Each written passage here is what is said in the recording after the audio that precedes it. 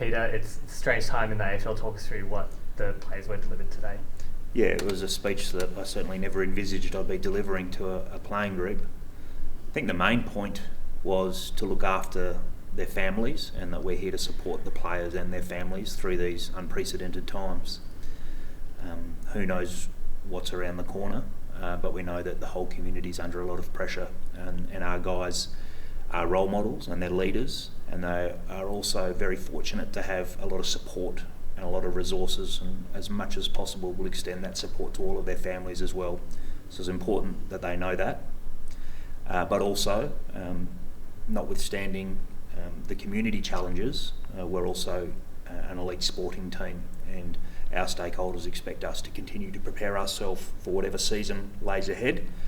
And so with that comes some challenges as far as being autonomous, as far as care and engagement between players and staff members to maintain fitness levels and your ability to play football on short notice, which is most likely what's going to occur later in the year. There's a lot to ask of the players. Mainly you want them to stay healthy. There's mental health, and also just to be fit and ready to play at an indefinite point in time.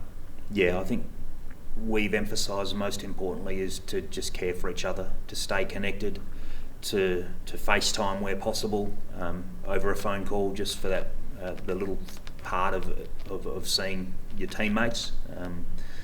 Players are going to be dispersing all around Australia, so they need to maintain their physical health, but I think through this period, very similar to the whole community, mental health is going to be really important as well.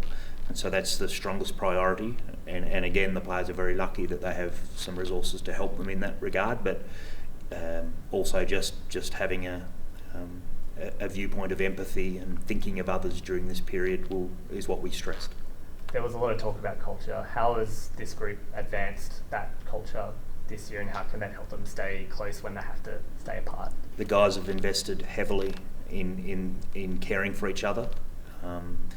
We put a lot of work into it over the last pre-season, and it's about to be stress tested to the extreme. So we're very grateful that we put in that amount of work, but who knows what the future holds and how much it's going to be stress tested. But we're fortunate to have put in that amount of work because, as I've said before, that connection and care is going to be vitally important.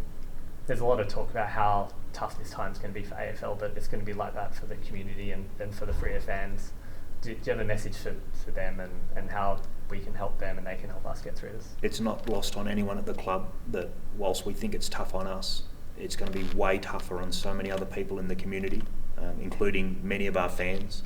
We're thinking of all of our fans, members, our sponsors, everyone involved with the Fremantle Footy Club, but it's bigger than clubs as well. We're thinking of everyone in the community, and the same messages that we've given to our players and what we're going to give to our staff as well, we obviously extend to the wider community, and we're all in it together, as our coach has said often over the pre-season. How do you think guys like you and Justin will work to communicate with the players and get them through this? Well, there'll be no such thing as over-communication during this period, as you've heard me describe whilst we've been chatting. So we'll be there, we'll be on the front foot with our communication to everybody involved. It's going to be really important through this period.